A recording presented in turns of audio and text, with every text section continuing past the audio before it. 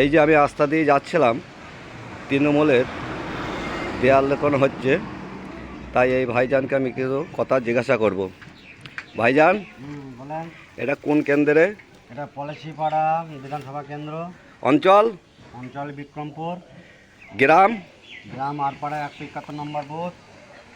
এই যে দেয়াল লিখছো, এই দেয়াল লেখার জন্য কেউ মজুরি দিচ্ছে দাদা? আরে না, আমরা দিদিকে ভালোবেসে লিখছি।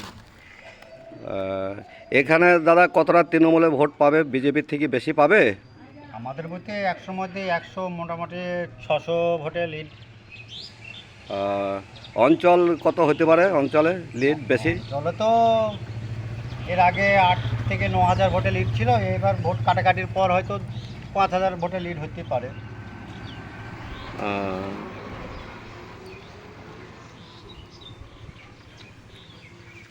এই যে ভাইজানরা সব দাঁড়িয়ে আছে, দেয়াল লিখছে। ভালোবাসা দিয়ে আবার দিদিকে খুব ভালো